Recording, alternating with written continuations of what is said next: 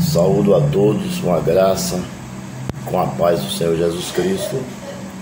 Quero neste momento deixar o meu abraço a você que tem me dado o privilégio de entrar em seu lar através da pregação da palavra de Deus. Quero nesse instante deixar o meu abraço e dizer que você é muito bem-vindo ao meu canal. O livro de 1 João, capítulo de número 2, né? Nós vamos falar um pouco sobre propiciação, né? O que é propiciação, né? E por que esses atos aconteceram, né? Nós vamos falar de 2 atos só na nossa introdução, porque tem algumas pessoas que confundem propiciação com expiação. E propiciação é uma coisa e expiação é outra coisa completamente diferente. Propiciação é o ato de justificar o pecador ou remover a culpa do pecado através de um sacrifício. No Antigo Testamento se oferecer sacrifício de animais, porque Cristo ainda não tinha vindo para morrer em nosso lugar. Portanto, ali havia a propiciação ali, que era um ato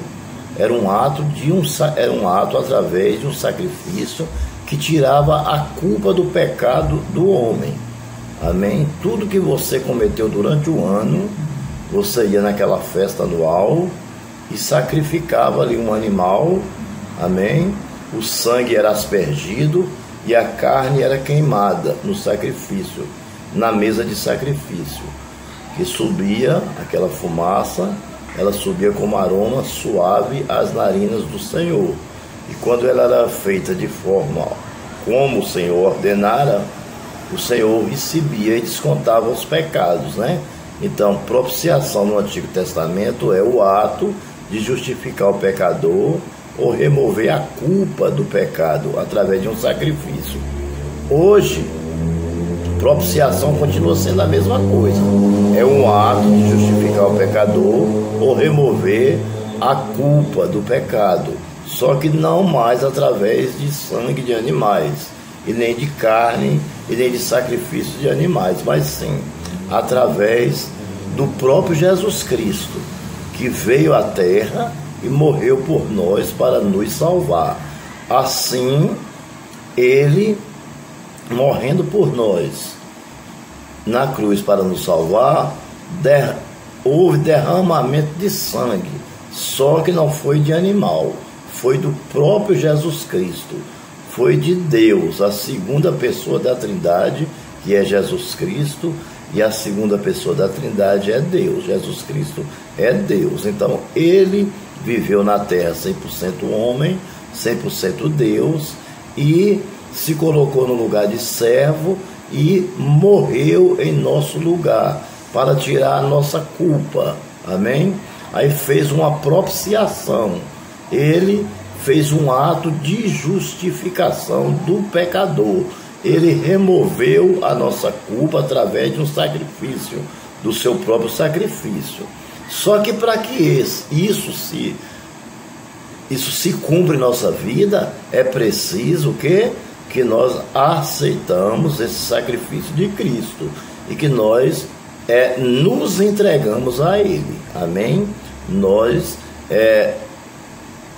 nos renunciamos às coisas do mundo, entendeu? E recebemos Ele como Salvador e aceitamos a sua propiciação, o seu sacrifício, né? O seu ato de nos justificar. Então, se você não acreditar nisso e não aceitar isso, para você não valeu nada. Mas para aqueles que acreditam que o Senhor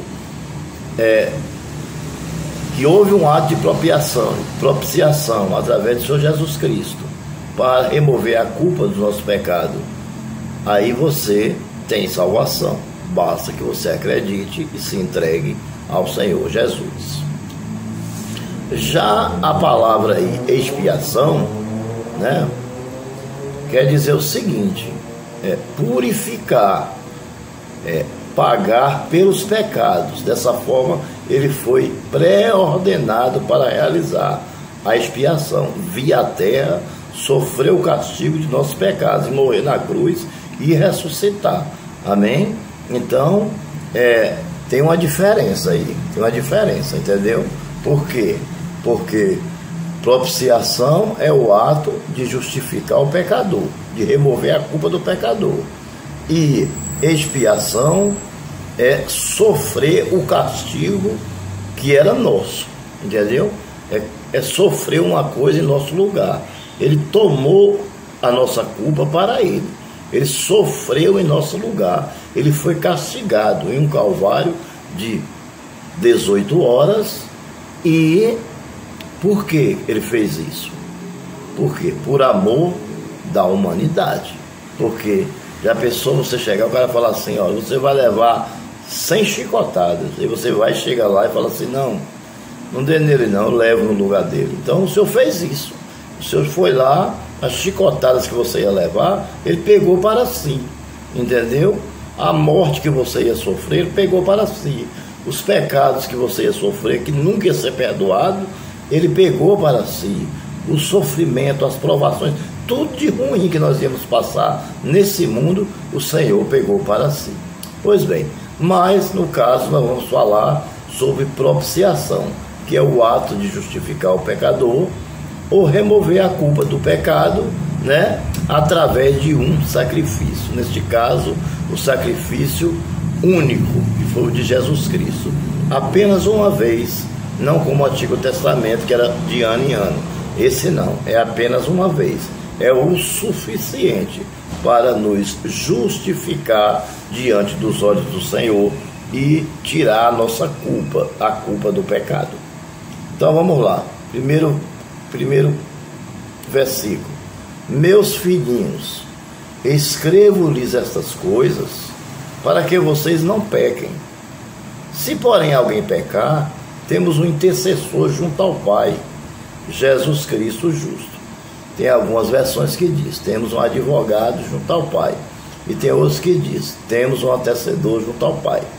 A diferença desse advogado aí para o advogado de hoje é que o advogado de hoje, ele te cobra caríssimo para ganhar uma causa para você.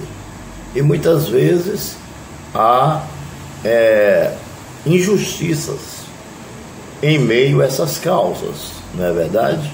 Há injustiças. E Deus não, Deus ele faz com justiça e não te cobra nada. A única coisa que Deus quer é que você seja fiel e reconheça Ele como Senhor e Salvador, porque Ele realmente é Senhor e Salvador, e o único Deus. É isso que Ele quer que nós reconhecemos. Quando nós fazemos isso, nós estamos recebendo Ele como nosso Salvador, como nosso protetor, como nossa salvação e como nosso intercessor junto ao Pai, como nosso advogado, aquele que irá advogar as nossas causas. Amém? Você não vai precisar desembolsar nenhum centavo para isso. Você só precisa ser fiel a Ele, reconhecer que Ele é Senhor, fazer a sua obra com alegria e levar a palavra de Deus a outras pessoas, para que as outras pessoas também se salvem.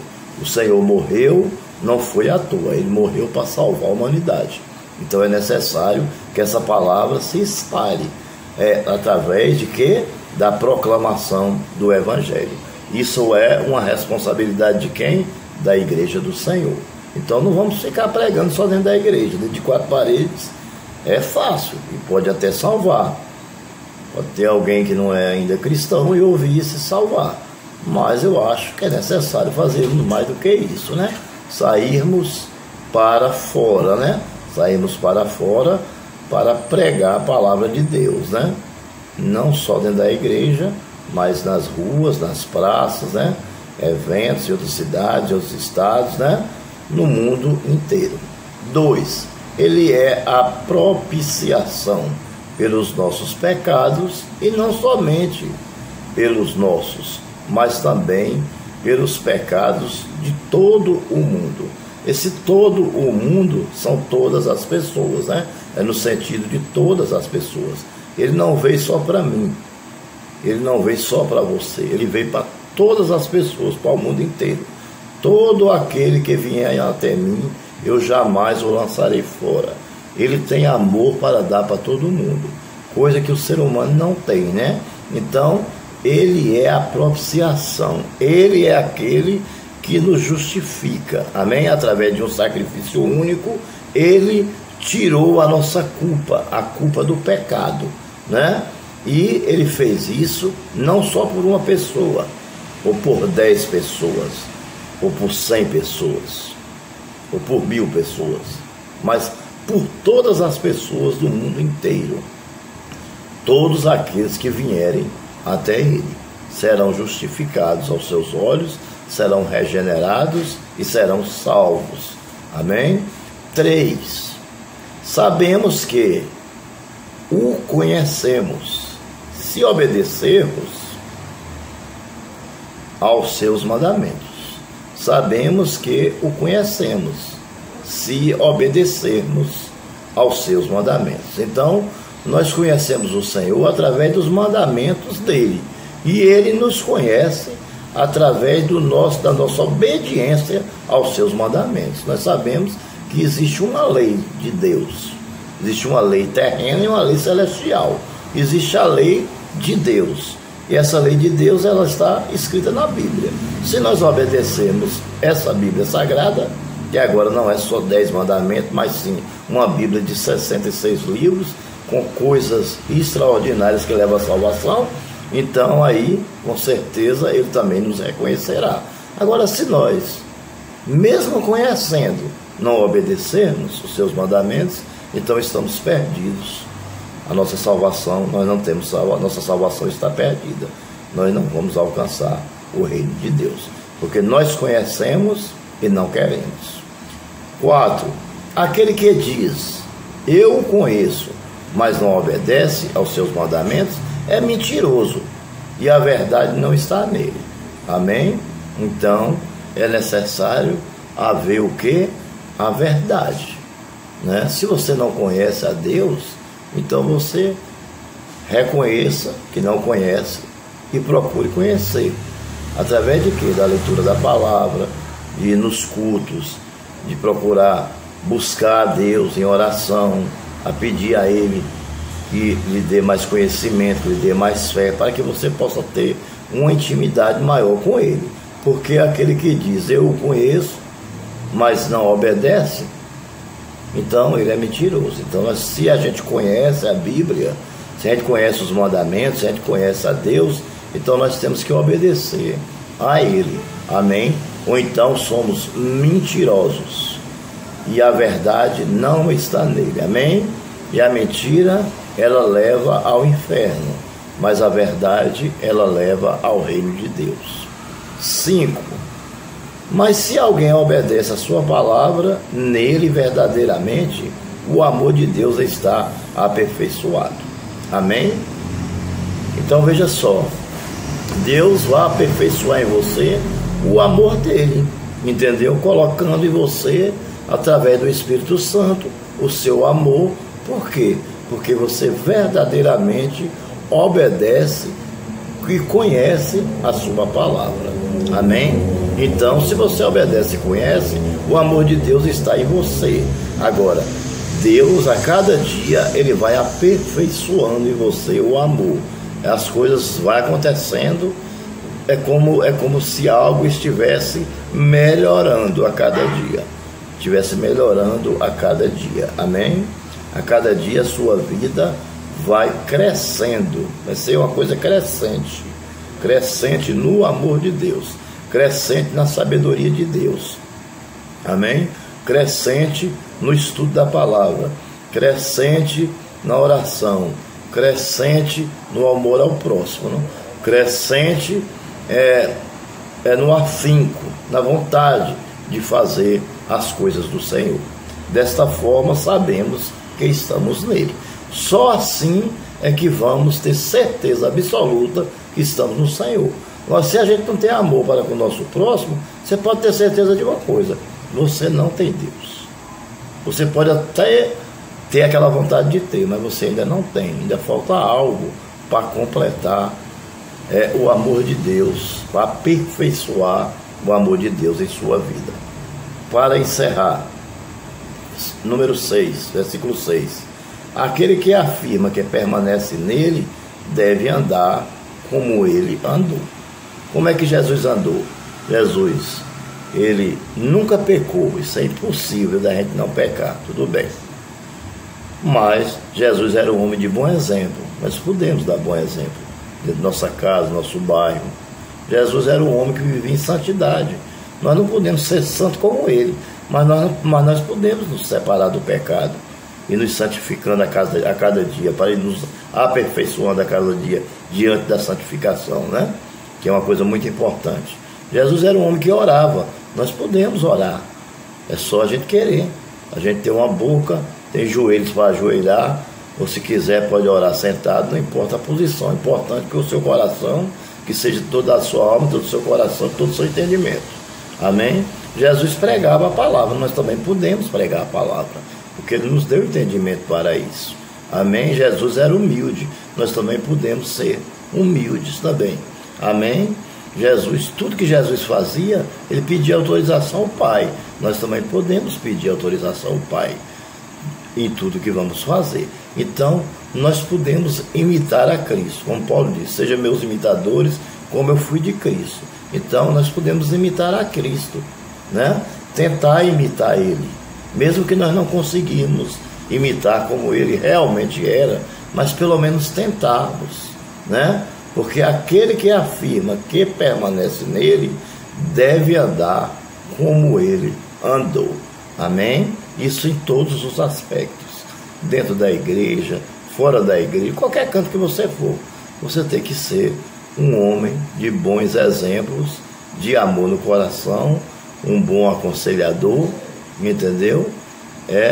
E se desviar do mal, né? E separar do pecado. Amém? Que Deus os abençoe. Espero que você tenha gostado aí do nosso estudo, né? Um estudo muito importante, né? Que é o estudo de 1 João, capítulo de número 2, né? Do 1 até o 6, que fala sobre propiciação, que é o ato de justificar o pecador, de remover a culpa, né, do pecado através do sacrifício vicário, do sacrifício do Cordeiro de Deus, que tira o pecado do mundo, Jesus Cristo, Deus. Que Deus os abençoe.